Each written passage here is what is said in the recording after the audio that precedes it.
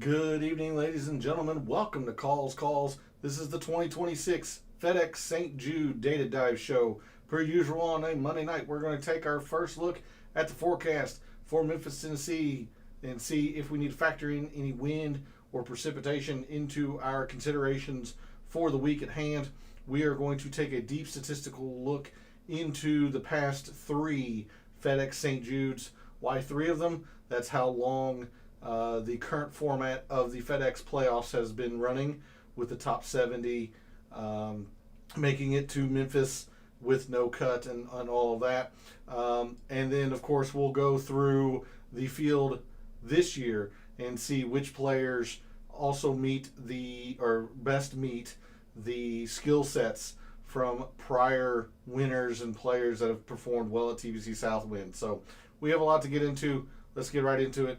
All statistics provided tonight and moving forward are from both the Rabbit Hole over at BetSperts and Fantasy National. The Rabbit Hole is acquiring or merging with Fantasy National, so I'm in the process of migrating all of my files over. Long process, almost done. But make sure you are subscribed to the Rabbit Hole. Has everything you need every week for the PGA Tour to make the right wagers, to optimize your lineups. Can't say enough great things about the Rabbit Hole. I've had a lot of success since I have migrated over to using them full time. So make sure you check out the Rabbit Hole. It is well worth your investment. In the description to the video, there are links to all the social media. First off, my X and Instagram, where normally I post research early in the week regarding some tournament and course info, patterns of previous winners, things of that nature. I've put that on hold until I get all caught up, migrating all of my files over to Rabbit Hole formatting. But when that resumes, if you want to see the weekly research that I do on the PGA Tour, give me a follow at your preferred social media site.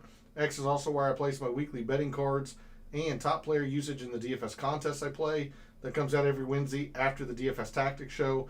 So if you want to see the players I've wagered with my own money and the players I'm using most often in my lineups, give me a follow over at X. Lastly, for social media, Gabe's handle's in the description. He writes a great article called The Fringe. Highly recommend it. It's a great way to start your week of preparation. He continues to update you throughout the week with his own version of research. Can't say enough great things about it. Make sure you are subscribed to Gabe's article and show him some support. Follow him over on social media. Lastly, for this intro, we are live. Chat's open. Want to hear from you. Who is your favorite heading into the FedEx St. Jude? How many players do you think play their way into and out of the BMW Championship? What skill sets do you think play highly here? And then, of course, any questions, any players you want to deep dive into, that's what we're here for tonight. So put your thoughts and opinions in the chat. If you're not able to catch the show live, put your thoughts and opinions into the comments. I'll always get to those as well. So let's get into it. Let's dig into the weeds of the data for the 2026 FedEx St. Jude. We're going to start, as we always do, on a Wednesday night. Or I said Wednesday night. Wow. Already trying to skip ahead here. As we always do on a Monday night with the extended forecast for Memphis, Tennessee and the St. Jude. Good evening, Pre. Good evening, Simple. Thanks for jumping in chat. Very much appreciated. High on Ricky Fowler. I can see it. Considering how well he's played lately, I was certainly surprised to see him. And that's actually a pretty darn good point. Let me go ahead and bring up the standings for the FedEx Cup. I was surprised to see that Ricky is in the top 30. So, if this was East Lake week, I didn't mean to do that. If this was East Lake week, he'd be there. He'd be at the Tour Championship. So I was quite surprised to see that. He certainly has some work to do, but he's been playing pretty darn well, all things considered. So I'll have this up in the background if we want to take a fairly long look at it. The standings of the FedEx Cup playoff as they stand right now. But we're going to start with the forecast in Memphis. Still all in on Siwoo. I know the Bermuda putting stats suck, but all of his wins have come on Bermuda. I think the new TBC Craig Ranch has the same type of Bermuda Southwind. I think so. we can double check that. And I mean, it's a good thing to check to see. As you can see, there is no tournament fact sheet for the FedEx St. Jude. If we take a look at the Byron Nelson, gosh dang it, come on. This is last year's. They didn't used to, but that could have changed. CJ Cup, there it is. They had bent, but I know they changed. So I don't remember pre. I'm just going to be honest with you. I don't remember.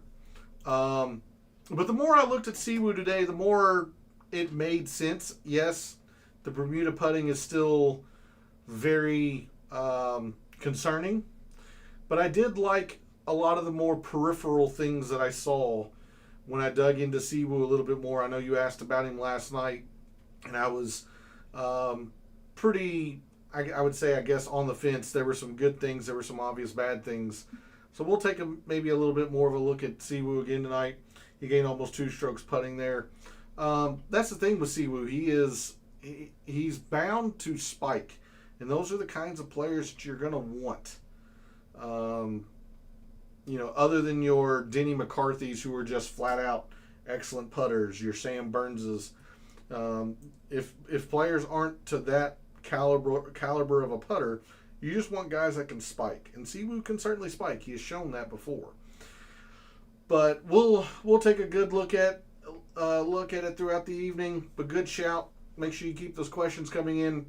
We take a look at the forecast for TPC Southwind and the FedEx St. Jude this week. It's going to be hot, as you would expect at this time of year. Memphis, Tennessee, in the middle of August. It's going to be hot. Temperatures well into the 100s, maybe even mid 100s, 106, 105, reaching 108 potentially on Sunday. It's going to be hot. It's going to be hot, very unpleasant. I think we all can probably remember Lucas Glover's situation from a couple of years ago, and everything he had going on. It's gonna be the weather is going, or the heat is going to add an element of difficulty this week at TPC Southwind.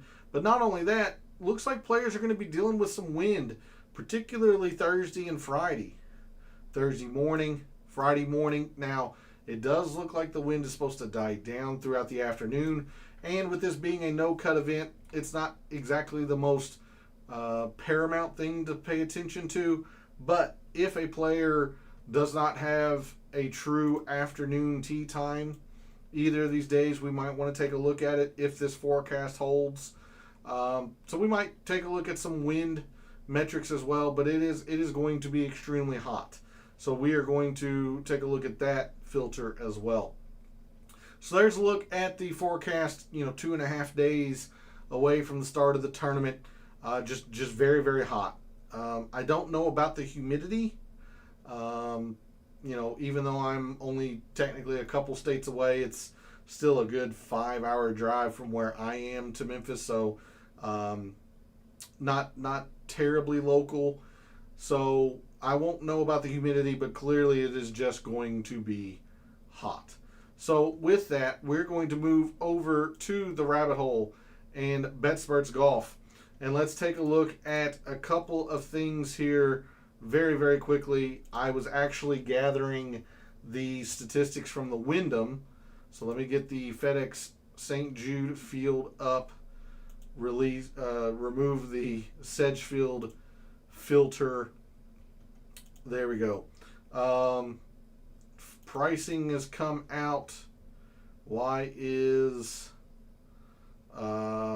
that's why, because I only have for August. My goodness, I apologize. I'm kind of out of sorts to start here. There we go. Scotty, Rory, etc. Okay, first thing we're going to do, let's take a look at that wind and performance in the wind. Moderate and windy conditions, 10 to 17 being listed as moderate here at the rabbit hole. 18 plus being windy. Your top performers in moderate and windy conditions this calendar year in the field this week for the FedEx St. Jude: Scotty, Matt Fitzpatrick, Ludwig, Chris Goddard, Xander, Sam Burns, Rory, Tommy, Cameron Young, and Tom Kim are your top 10 in terms of total performance in moderate and windy conditions.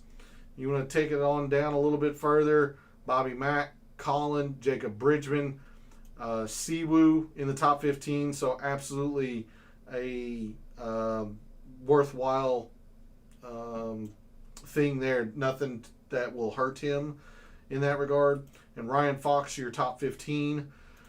Your players who have not been good in the wind: Nico Echeverria, Matty Schmid, Aldrich Potgeider, Patrick Rogers, McCarty, Pearson Cooney, Sam Stevens, Keith Mitchell, Jordan Smith, a little surprising being a Euro or, British Isles based, not good in the wind. Michael Brennan has not been good in the wind. Brian Harmon, Nick Taylor, Max Homa, etc. Those players have not been good in moderate and windy conditions this calendar year. Only because you talked about him or brought him up again. Let's take a look at Siwoo now that we have some pricing for DFS that came out earlier today. He, last I saw, this was right around lunch today, so things could have changed somewhat drastically maybe. But last I saw, Siwoo was sitting at 32-1, so definitely not a tournament favorite, but not a long shot by any means. You take a look at Siwoo and the 8,700 and the players around him. Russell Henley's probably going to be fairly popular with the idea that fairways are so extremely important here at TBC Southwind. So you could, foresee Russell Henley being popular around his price point. I do not think Cantley's going to be very popular. He's not a popular player in general. Chris Goddard, maybe. Victor Hovland's a very popular player. Has won recently, or at least at TBC River Highlands. Wyndham Clark, your U.S. Open winner. So Siwoo kind of sits in this pocket where he could get overlooked. I could easily foresee that happening. That said, he's played so well, I don't know if that's truly going to happen. I still think he's going to get some amount of attention this week but like you said, the irons have been very good. Runner-up at the CJ Cup, Byron Nelson. They still list this as bent surfaces, so I'm not sure about the change in the greens. But to your point about some changes to the course, it does match what we have this week at TBC Southwind with Zoysia fairways and Bermuda rough. That is a very unique combination. So this is one of the courses that does have that going along with it in terms of potential correlated courses. The issue I have there in terms of TBC Craig Ranch is one of the easiest scoring conditions. There is absolutely no penalty for missing the fairway or missing the rough there at TBC Craig Ranch. And there is here at TBC Southwind. Putting is easy at both places, so okay. Again, the more I looked into Siwoo, the more that I liked. I'm not ready. I was close to putting an outright on Siwoo and didn't. I actually bet somebody else around Siwoo's price, around that 30-1 mark, over Siwoo. Siwoo put the ever-living daylights out at TBC Craig Ranch, as you see there. But again, I'm pretty sure those are bent. I would have to go back and look. In fact, if we do that, So let me do that just very, very quickly. If I bring up the old rankings from the Byron Nelson, yeah, I have these still as bent, even from this year. So I don't think they changed in terms of surface type pre. I still have these as bent. So not sure that is an apt comparison for what we're wanting in terms of putting for Siwoo.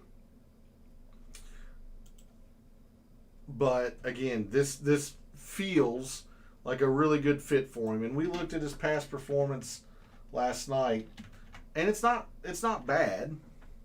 Couple of top 20s in the past 3 years. That's as far back as I'm going to go.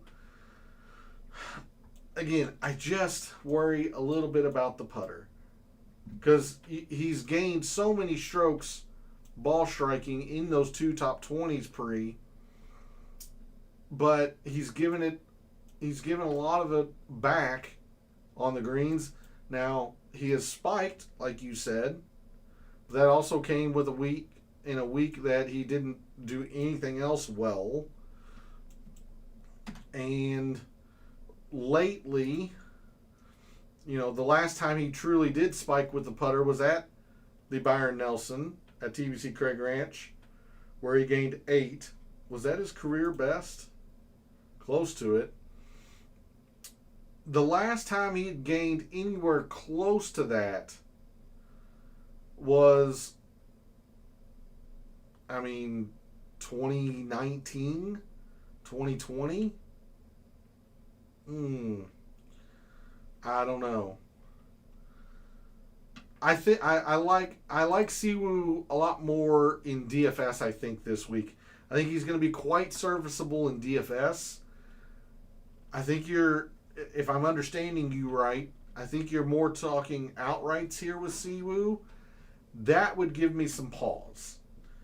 Maybe a top 5, depending on those odds. But at 30-1, what are those top 5 odds really? I don't know.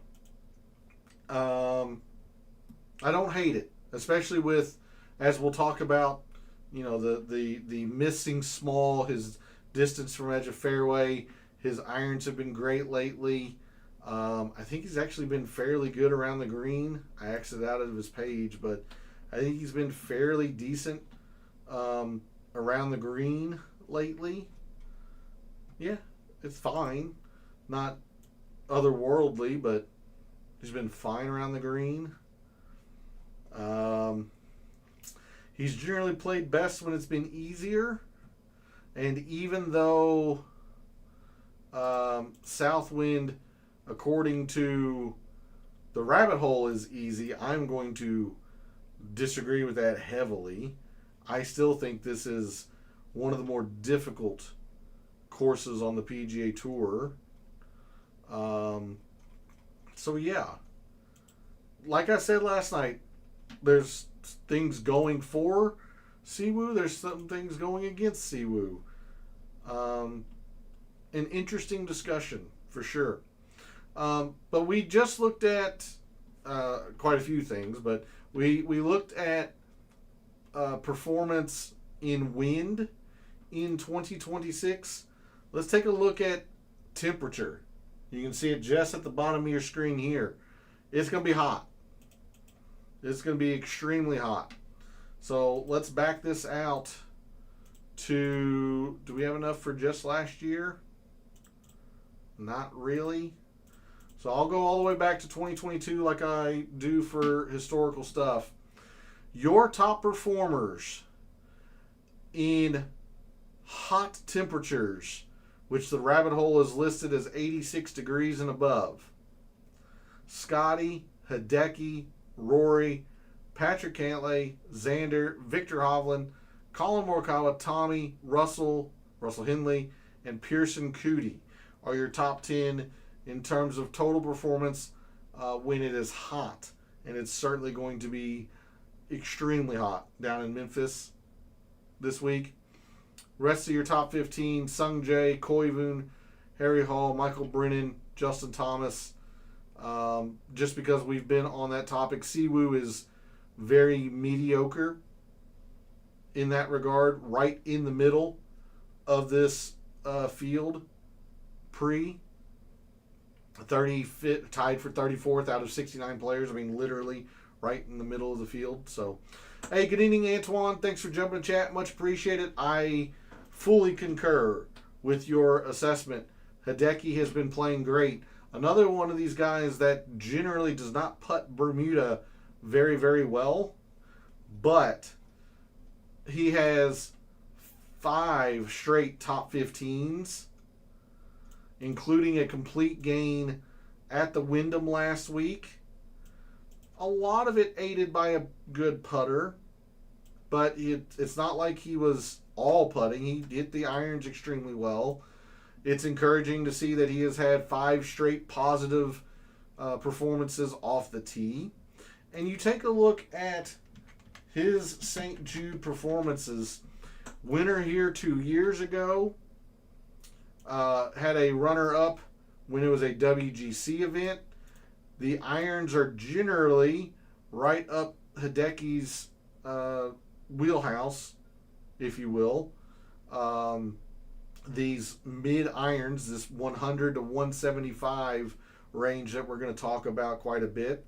And even though Hideki hasn't putt extremely well here, he also hasn't been an abject failure around here. Siwoo has lost 3.5 and 6 strokes putting here in the past 3 years. Hideki's lost 1.5, 1.5. He's also spiked for 8. So, a little bit of foreshadowing there. Hideki was also around Siwoo's price in terms of an outright. And I went to Hideki over Siwoo in that regard. So good shout there, Antoine. Would you rather Matt McCarty or Jacob Bridgman? Good question. If we take anyway, there's your top performers when it's been hot. Guys who have not played well when it's been hot temperatures: Højgaard, Nick Taylor, Jake Knapp, Ricky Castillo, Rose, Alex Fitzpatrick, Sepp Straka, Minwoo, Potgieter, Bridgman, Tagala, Connors, English, Rye, Gerard. Who's your other one? Matt McCarty, who is right on, same as Siwoo, right in the middle there. Would I rather McCarty or Siwoo, or McCarty or Jacob Bridgman? That's a very good question. Are we talking DFS right now, simple? Or are we talking like a top 20? Are we talking like purely outright? What are we talking about here in terms of what are we considering them for? We'll take a quick look here at Matt McCarty. I thought about playing him last week. He played okay at the Wyndham. Again, all predicated on that putter outright. Woof. Can I choose option C and go neither? If you have to choose one of them, I'm probably going to go with Bridgman. McCarty's just not very good off the tee. The irons, when they go well, they go extremely well, but you can't really count on that, as you see here. A lot of his success has been, backed by the putter, which I don't think is all that sustainable. He didn't play here last year, whereas if we look at Bridgman, who's where? At 72, so quite a bit higher. Bridgman's at least shown that he can win this year. It might have felt like a long time ago, but he did win a signature event at Riviera. Bridgman's also in seemingly better form. 3 straight top 30s. Top 15 at the Canadian. The irons seem to be in better shape. The off the tee is in much better shape. He's putting well. If I had to choose between the two, and he also has a top 20 here last year. If I had to choose between the two, simple, I think it's a pretty clear Jacob Bridgman. I'm really not all that confident in terms of a Bridgman outright, though. So I don't want you to start putting the farm on Jacob Bridgman. It's not like I'm all that high on him, but versus McCarty, I don't think it's much of a contest between those two. Okay, we took a look at a couple of different things there. Took a look at wind, took a look at air temperature. Again, I'm going to disagree with the rabbit hole who says this is easy.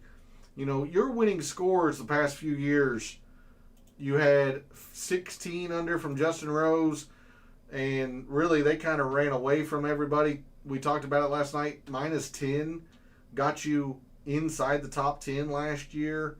I don't think anybody would call -10 a birdie fest. Hideki at 17 under. Again, -10 got you into the top 10. Lucas Glover, Will Zalatoris both getting to 15 under. -10 just outside the top 10 for Lucas Glover's year. So this is a good test of golf for professionals. I really think that. So when scoring is difficult and very difficult this calendar year, your top performers in the field this week at the St. Jude: Sam Burns, Scotty, Xander, Tommy, Justin Rose, Cameron Young, Matt Fitzpatrick, Rory, Ludwig, and Colin Morikawa are your top 10. Wyndham Clark, JT Poston, Justin Thomas, Cantlay, and Russell Henley round out your top 15. Read you loud and clear. Suns College savings on Bridgman. Good luck, soldier. That's all I'm going to tell you on that one. Good luck. That is absolutely not what I said.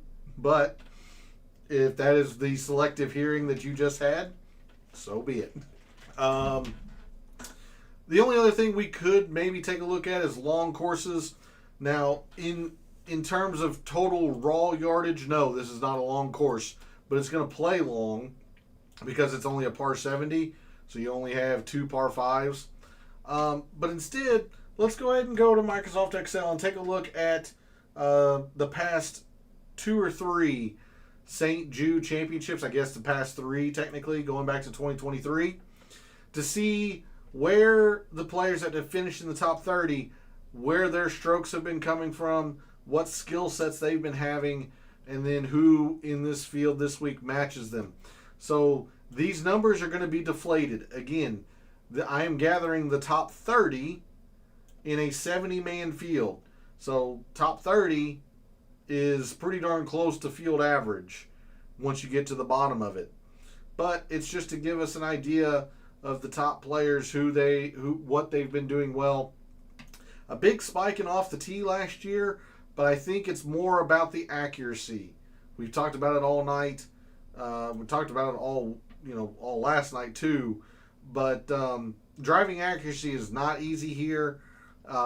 Good drives, much lower here than the average full field course. So if you are hitting fairways, if you are hitting greens, you have a significant leg up on other players in the field this week. So anything off the tee related, we are going to be looking accuracy based. Approach we're not going to ignore by any means. You can see it has gained in significance quite a bit over its first 3 years with a 70-man field. Around the green, I know this looks like a very, very low number, and it is. I still think we need to factor in a little bit of around the green just because greens don't get hit all that often. Green and regulation percentage here is about 64%, and it's probably even less if you were to factor in the players that don't finish in the top 30, whereas the average full field course in terms of greens is a 71 or 71%. So greens don't get hit here very often. So we're definitely going to be looking at accuracy type stuff, approaches. I don't think we really need to look at distance. I don't think. Definitely some good drives, distance from edge of fairway, that type of stuff here. We talked about the greens. Yeah, it's just really greens. All right, opportunities. We are going to spend a little bit of time on this tonight. 50 to 100, very few. Very few shots come from 50 to 100. Only 3.5 or so. But then you go into the 101 to 150, 23.5 versus the average full field course having 20. So quite a bit of a significant jump there in terms of shots from 101 to 150. 151 to 175, the average is about a 14. Here, it's a 17.5. So again, a lot more shots coming from these ranges. We're going to want to figure out who's the best in these ranges, and that's why Hideki really rises. He has traditionally been very good with these middle irons. 176 to 200, you've got a 14 here versus an average of 12.3. So maybe we even look at some 176 to 200 as well. And then I think that's it. 200 plus is 16 and a half. Here it's only a 12. Yeah. So we're not going to be doing much in the 200 plus. It's 100 to 200 basically, with the emphasis in 151 to 175 and even a little bit into the 176 to 200. But mostly this 151 to 175. Take a look at, again, this will just emphasize just how important it is to be in the fairway. Fairway green and regulation percentage. If the player is in the fairway, they're hitting the green about 76% of the time. If they're in the rough, it's about 42.5% of the time. I mean, just a huge discrepancy in how easy or how difficult this course is from fairway to rough. So, again, just a lot of emphasis off the tee and making sure you are in the fairway. Around the green and around the green type shots. Go scroll over here. Looking at rough is 7. Sand is about 5. Short grass is about 8 3/4. So 7, 5, and 9 essentially. What do we have here at St. Jude? This is a 9. So more shots from the rough around the green. Sand is 4.5. It's slightly under that. Short grass is 13. Holy smokes. That's a pretty big outlier there, though. How many total around the green shots? 20, 26.5? Okay, there you go. This is why we're probably going to look at a little bit of some around the green. Not an apples-to-apples comparison. Obviously, this is looking at all of the full field courses on the PGA Tour. So your Waialaes, your Torrey Pines, TBC Scottsdales. You're not looking at Pebble Beach or Riv or Bay Hill because those are, invitationals, 72-man fields or what have you. But it still gives you a pretty decent idea. Around the green shots, 21 at regular full field courses, 26.5 here at the St. Jude at TBC Southwind.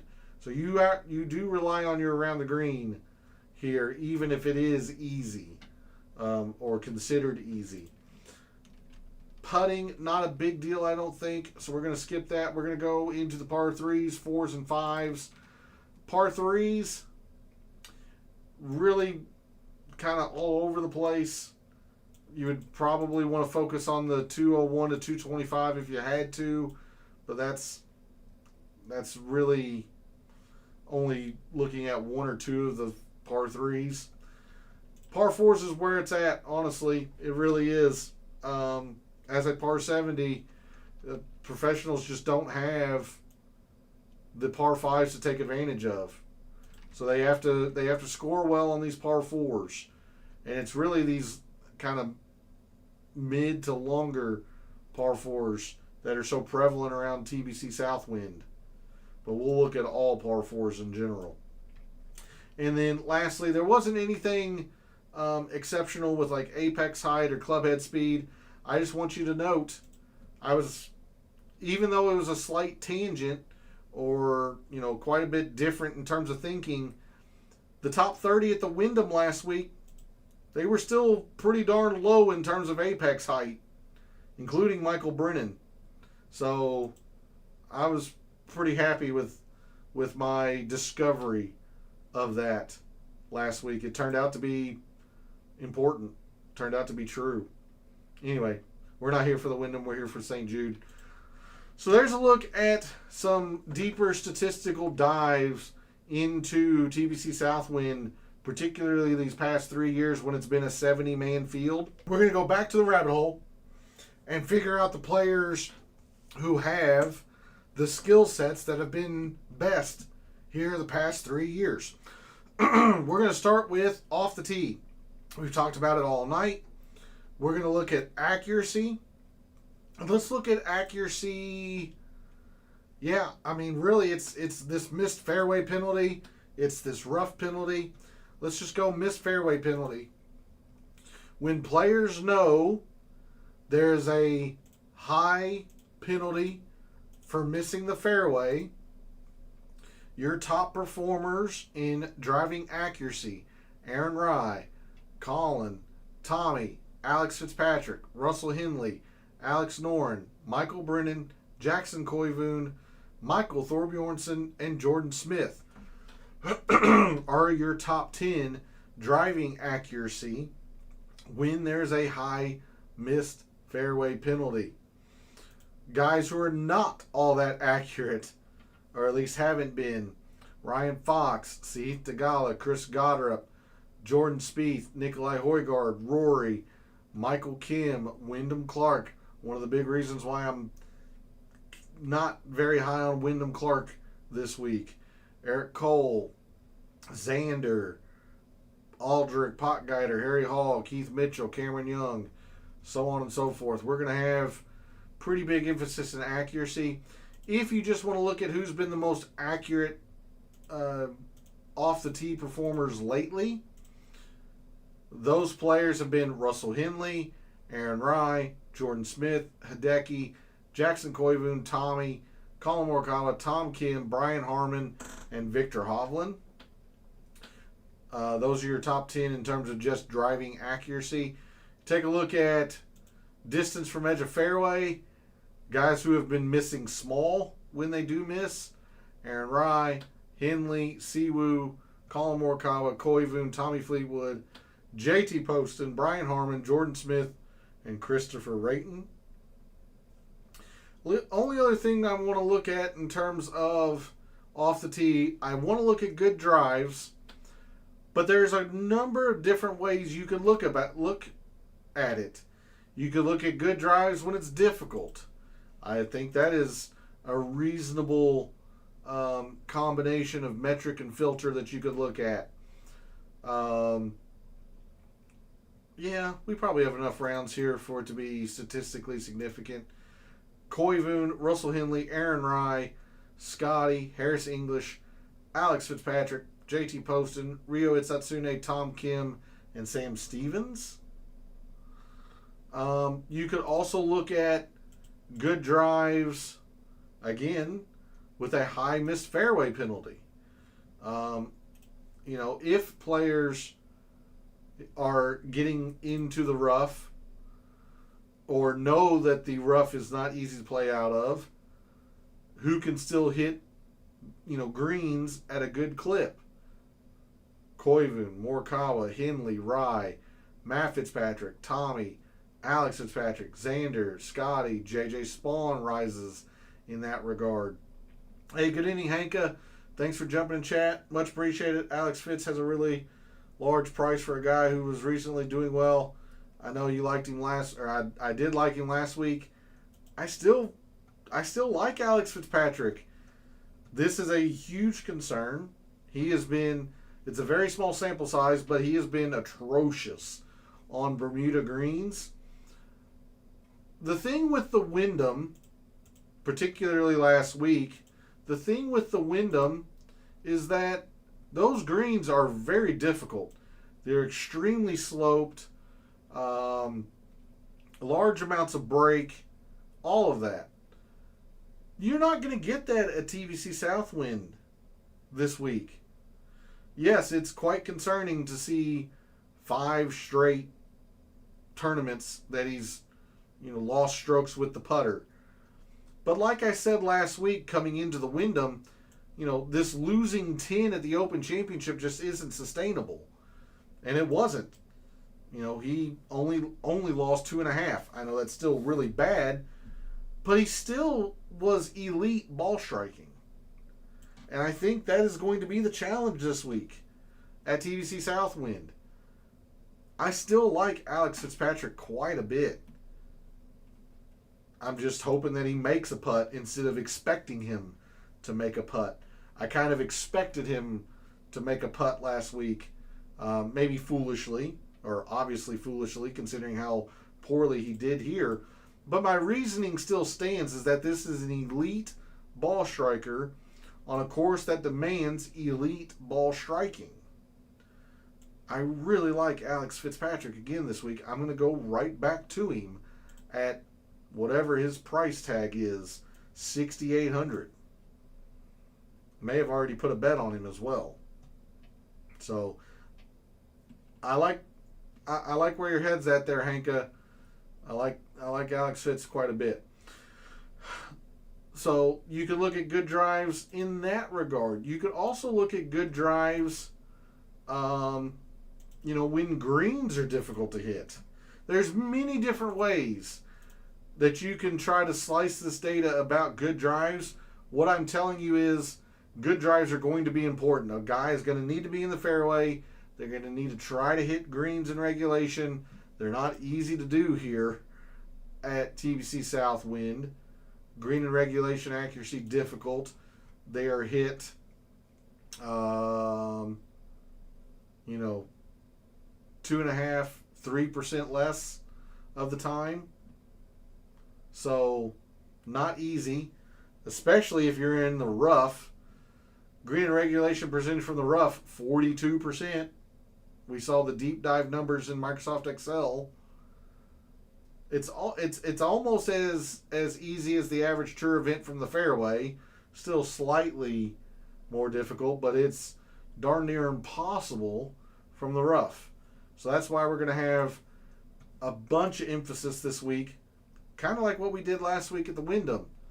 Accuracy, good drives, maybe some distance from edge of fairway.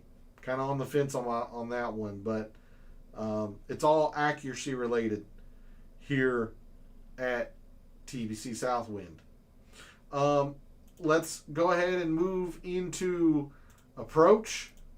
Irons, definitely going to have a big factor this week. Your top iron players in the field this week at the FedEx St. Jude, at least in the last 24 rounds. Tom Kim, Sam Burns, Scotty, Siwoo, Matt Fitzpatrick, Michael Brennan, Alex Fitzpatrick, Victor Hovland, JJ Spawn, and Corey Connors. Lowry, Cameron Young, Keith Mitchell, Patrick Cantlay, and Colin Morikawa rounding out your top 15. Again, even though he is not good on Bermuda, or at least he hasn't been in the past year or whatever, Morikawa is somebody that should fit this course very well. Excellent iron player, generally pretty darn accurate off the tee. His putter's actually cooperating right now. I know it didn't feel like it at the Open Championship, but top 20 at the Open, top 5 at TPC River Highlands, which, as much as I don't want to think about it that way, TPC River Highlands is one of the correlated courses to here. So it makes a lot of sense. And then Colin Morikawa's performance at the St. Jude, nothing overly spectacular. He's just been very consistent. And he's generally putt these greens well as well. In only the years I'm going to factor, top 15 and 2 top 25s, he does have a top 5 when it was a 120-man or 125-man field 4 years ago. He's been fine here. So Colin Morikawa is also somebody that makes a lot of sense this week at TPC Southwind. The players who have not hit their irons very well: Patrick Rogers, Potgieter, Alex Noren, Sung Jae, Harris English, Pearson Coody, Sudarshan, Sepp Straka, Eric Cole, Harry Hall, Justin Thomas, surprisingly. I was not very high on Justin Thomas last week. He finishes inside the top 20. It was actually slightly negative putting. He did it all off the tee, which is generally not Justin Thomas's forte. So, maybe JT is somebody to think about. I would caution you on Sung Jae. He is actually starting to play a little bit better. Yes, he was slightly negative with the irons, but that is far and away an improvement from what he was doing, just last month. And then he's gained 10 strokes putting in his past 2 tournaments. Sung Jae's also been okay around TVC Southwind. A top 10 3 years ago. Top 20 last year. Again, not spectacular. It's been acceptable. So, if you're looking for somebody in the 6Ks, Sung Jae could be interesting as well, even though the irons haven't been very good. Definitely want to take a look at greens. When greens are difficult to hit, Koivun, Rio Itsatsune, Matt Fitzpatrick, Justin Rose, Xander, Alex Fitzpatrick, Cameron Young, Sam Burns, Ludwig, and Jordan Spieth are your guys that still find ways to hit greens in regulation when greens are difficult to hit. So give these guys a decent boost in your considerations, because hitting a green here at TVC Southwind is not a guarantee, and these guys will do it even when it's difficult. Scoring opportunities, absolutely. We're going to take a look at a couple of different ranges here. We'll go, in Excel we kind of saw 100 to 200, which is kind of what you see here. 100 to 150 is the biggest, just raw number of approach shots. So I guess it's probably best we take a look at 100 to 150, 150 to 175. But I think we'll take a look at all 3 of these ranges, 100 to 200, split out in these different ways. Your top opportunities gained players from 101 to 150 yards. Let's do the last 24 rounds. Who's been really good lately from those ranges? So last 24 rounds. Tom Kim, look at that. There you go, simple. Jacob Bridgman, number 2 from 101 to 150. So maybe there's a little bit more of some statistical backing to bet the farm on it. I still wouldn't do it. Aaron Rai, Alex Fitzpatrick, Justin Thomas, Cantlay, Hideki, Scotty, Corey Connors, and Michael Brennan are your top 10 in terms of giving themselves the most opportunities from 101 to 150. Another reason why I like Siwoo pre, I was talking about these peripheral numbers we were talking about. 15th, which is still really good. Maybe not elite for this field since this is the top 70 players on the PGA Tour, but still very good from 101 to 150. But I'm going to cheat. Look over here at the 151 to 175. He's number 2 from that range. And Siwoo's not overly long, so you would expect him to have more of these level of approaches as opposed to these, because he's not a bomber off the tee. So when I was talking about these peripheral numbers, he's been very, very good from that range. But continuing on the 101 to 150, guys who have struggled from that range: Nikolai Højgaard, Patrick Rogers, Potgieter, Hisatsune. It's only 8 total, or no, it's 140 shots. Okay. Goddard, Castillo, Spawn has been really bad from 101 to 150. Highlighting some of his troubles. Ben Griffin, Sahith Theegala, Sungjae, Homa. Surprisingly, Tommy Fleetwood has been pretty darn bad from 101 to 175, really. It's a little surprising to see that, but he has been, at least compared to the others in this field. Your best performers from 151 to 175. Spawn, for as bad as he's been at 101 to 150, he's been the best from 151 to 200. First in 151 to 175, first in 176 to 200. That's pretty darn good. I don't know if you can beat first and first. Let me know if you can, because I'd like to meet that player. Siwoo, very good, 151 to 175. Tom Kim, Bridgman. Look at that. Bridgman's been excellent all the way across in the 3 ranges that we're focused on here. So, good shout there, Simple. Keith Mitchell's been good at 151 to 175. Theegala, Cameron Young, Henley, Matt McCarty. About the only range he's been good at, but he has been good at 151 to 175. Rory, Colin, Cantlay, Gerard, Ben Griffin, Nico. There's your top 151 to 175 players. Just in terms of trying to be completionist, 176 to 200. Spawn, Cole, Henley, Koivun, Tom Kim, Jacob Bridgman, Brennan, Jake Knapp, Bobby Mack, Kiriyama, Hisatsune, Potgieter, Scott, McNeely, Cam Young. Good evening, CS. Thanks for jumping to chat. Very much appreciated. When you mention apex height, what does that mean and how does it factor in?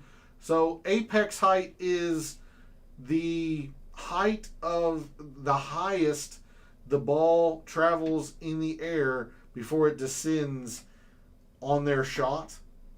We talked about it quite a bit last week and how because of the severe sloping of those greens at Sedgefield, at the Wyndham, you didn't want to have a tremendously high ball flight because then you were going to spin off the green. You wanted more of those lower trajectory, one hop and stop type shots. And so that's why I factored in apex height a little bit. You really talk about apex height in the wind. These are your guys that are hitting it, generally lower. Think of like the Tiger Woods Stinger. Gary Woodland's well known for hitting, low trajectory irons and fairway metals. Matt Fitzpatrick, one of the lowest trajectory, lowest apex height players. You generally most talk about it in the wind, but there are other, circumstances like last week with such severely sloped greens that it can help. Sometimes you want the opposite. Sometimes you want high apex hitters, like at Bay Hill.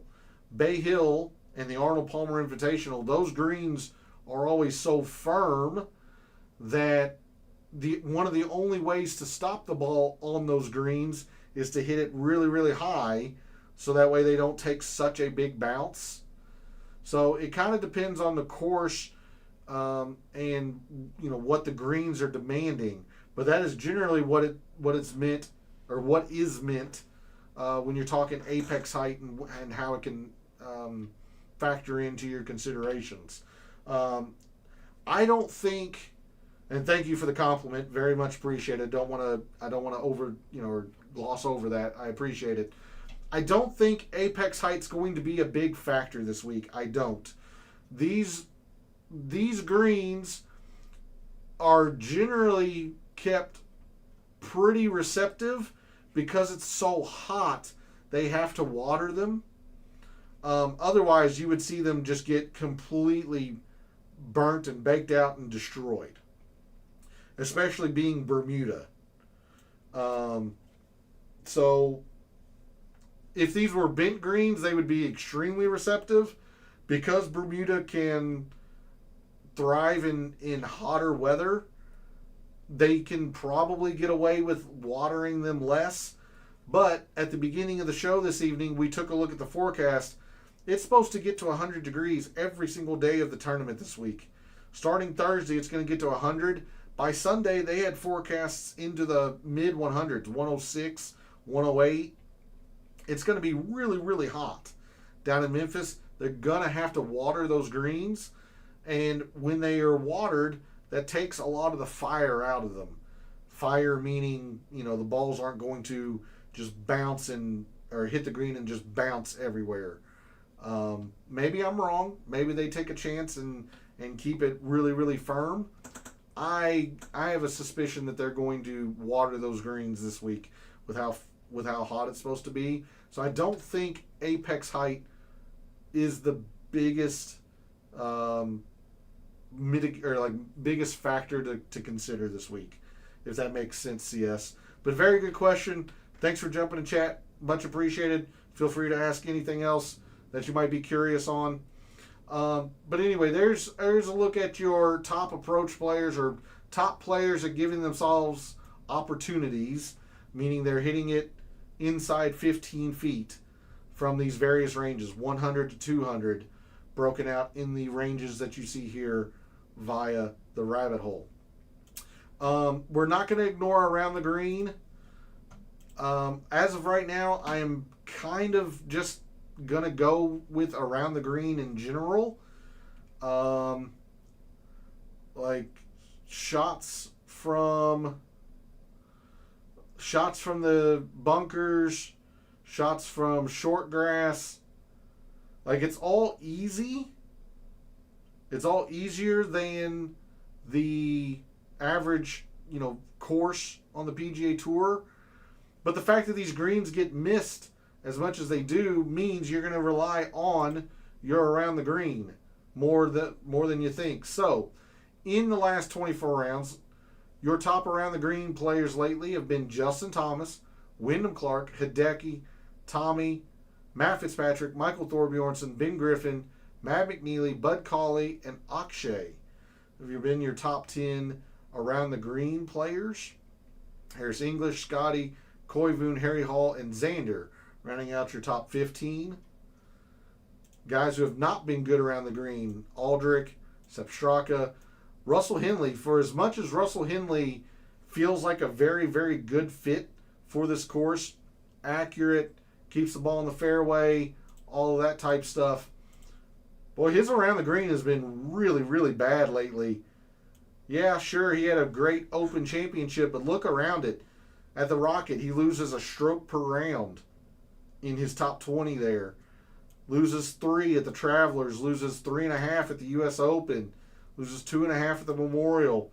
Really, really bad around the green lately. So, come Wednesday night, if Russell Henley is as popular as I think he's going to be, this is a decent enough reason, I think, that we could probably try and fade Russell. Because around the green is going to matter, and he's not been good lately around the green. Speaking of, what's he done around here at the St. Jude? Top 20 last year, T30, top 10. Again, good, not overly spectacular. So, just something to keep in mind as you go on with your lineup building or your outright considerations this week, don't ignore around the green. Koivu definitely has youth on his side. That appears to be an advantage to me.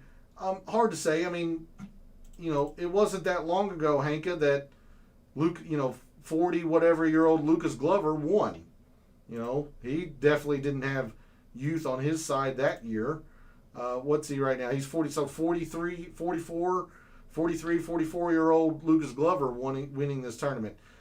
It's not the be-all, end-all by any means.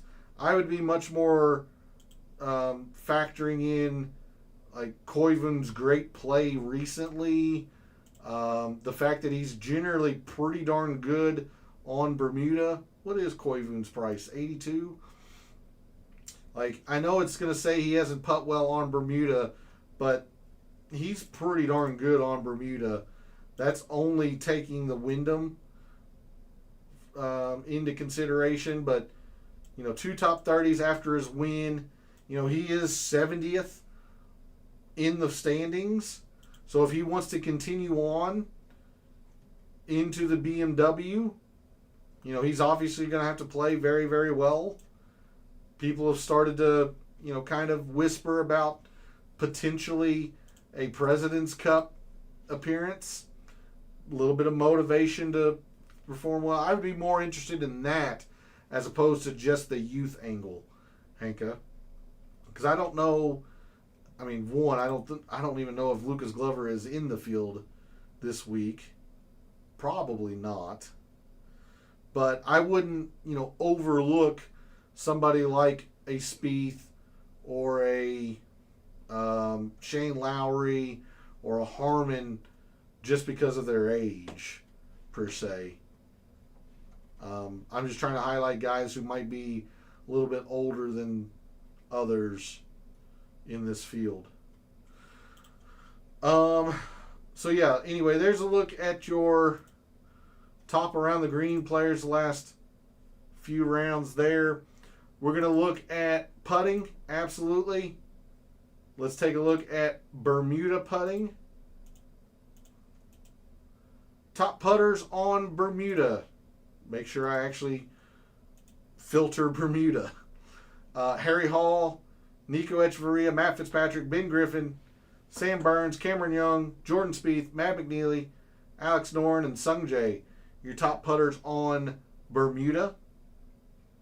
Schmid, Henley, Rogers, Minwoo Lee, Tommy, rounding out your top 15. Bridgman just outside the top 15. Worst putters on Bermuda. Ryo Itsatsune, Pearson Coody, Siwoo, Bud Cauley, Justin Thomas, Alex Fitzpatrick, Brian Harmon, Colin, Potgeider, Sam Stevens, Post and English, Rayton, Smalley, Mitchell, so on and so forth. Those guys have not been good on Bermuda. Couple more things here very quickly. We're getting over a little bit on time, but I want to make sure I cover these things for you. Scoring. I am going to factor in difficult and very difficult. I'm going to just flat out disagree with the rabbit hole. I think this is one of the more difficult courses on the PGA Tour, and if I'm wrong and if guys get to 20 under this week, I'm just not going to be very good this week. But I just don't see this course getting lit up, even with the best players here. So, win scoring is difficult and very difficult. Even par is not going to win. You still need to find ways to make birdies. Your top birdie getters in scoring conditions that are difficult and very difficult. Eric Cole, number 1. Rory, Colin, Justin Rose, your defending champion. Sam Burns, Gerard, Poston, Tom Kim, Ludwig, Harris English, Young, Xander, Hideki, Henley, Wyndham Clark, your top 15. But the more important, I think, statistic this week is actually going to be bogey avoidance. Pars are generally good scores around TPC Southwind, with the exception of the par 5s. You're third of a shot under par, half a shot under par. You've got a couple of shorter par 4s that play easy, that pars might not be great scores, but otherwise, you've got a lot of holes that play in and around par, maybe slightly under, slightly over. Pars are generally good scores around here. Your top bogey avoiders in scoring conditions that are difficult and very difficult.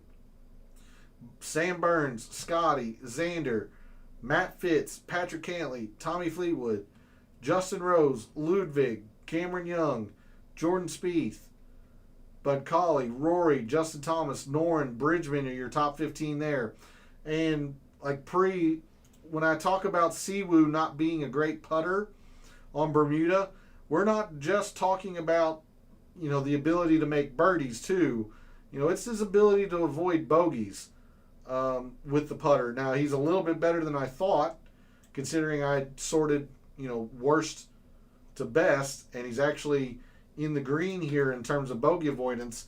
But that's also a part of putting, is to be able to get these par saves. And, Siwoo being one of the weaker or worst putters on Bermuda in this field, that is certainly a concern that I would have. So it's not about just getting birdies. Putting is also going to help in terms of your bogey avoidance as well.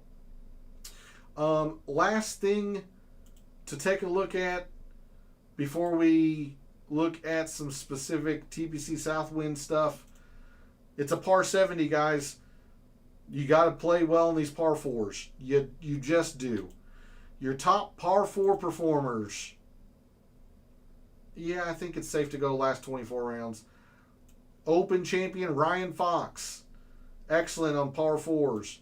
Sam Burns, Scotty, Rory, Jacob Bridgman. Boy, he's popped a lot tonight. I got to give you credit for that, Simple. Wyndham Clark, Hideki, Gerard, Siwoo. Excellent par 4 performer in this field. So another feather in his cap pre. Koivun, Spawn, Tom Kim, Cantlay, Russell Henley, Matt Fitz, Thorbjornsen. Those are your top par 4 performers. It's going to matter. There's only 2 par 5s that these guys can take advantage of. They've got to score on the par 4s. All right, last thing for this evening. Specific performance in the past 3 years at TPC Southwind. I'll apply that. Let's go January 1st of 2023. Your top total performer at TPC Southwind, going back to 2023. Why 2023? Again, that was the inception of the 70-man field no-cut event for the St. Jude. Yes, there is further back course history if you want to go to it. I'm only going to go to 2023 because of the current format of the tournament. 70-man field, no-cut event. Your top total performer, Tommy. Scotty's been great here. Hideki has been great here the last 3 years. Cantlay, Spawn, Rose, your defending champion. Batia, Hovland, Xander, Bobby Mack, Russell Henley, your top 11. Bud Cauley, Colin Morikawa, McNeely, Sungjae, rounding out your top 15. Guys who haven't been good here. Jake Knapp, really, really bad here. Smalley, Minwoo, Shane Lowry, little surprising, but Shane Lowry's not been good here. Max Homa, look at that, Harris English. 3 tournaments, 3 pretty subpar performances. Same for Sepp Straka. Spieth was up here quite a bit in a lot of these metrics that we wanted to look at. Top 10 3 years ago, damn near last 2 years ago, and was pretty poor last year.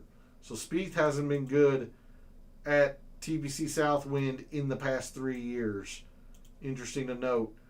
Goddard wasn't good here last year. Wyndham Clark, I've got my concerns with Wyndham Clark. He can spray it very, very wildly off the tee.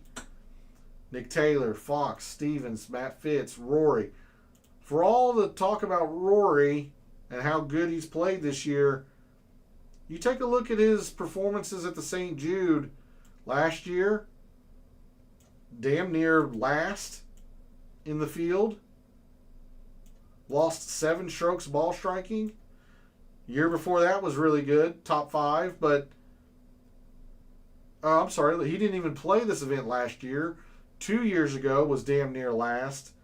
3 years ago was a top 5. Very, very inconsistent from Rory. So if you're a big believer in course history, Rory doesn't have the best here. Gerard, Rogers, Keith Mitchell. Your top approach players, specifically at TPC Southwind: Rye, Hideki, Victor, Matty Schmid, Tommy Fleetwood, Xander, Scotty, Bud Cauley, Justin Rose, Siwoo, and JJ Spawn.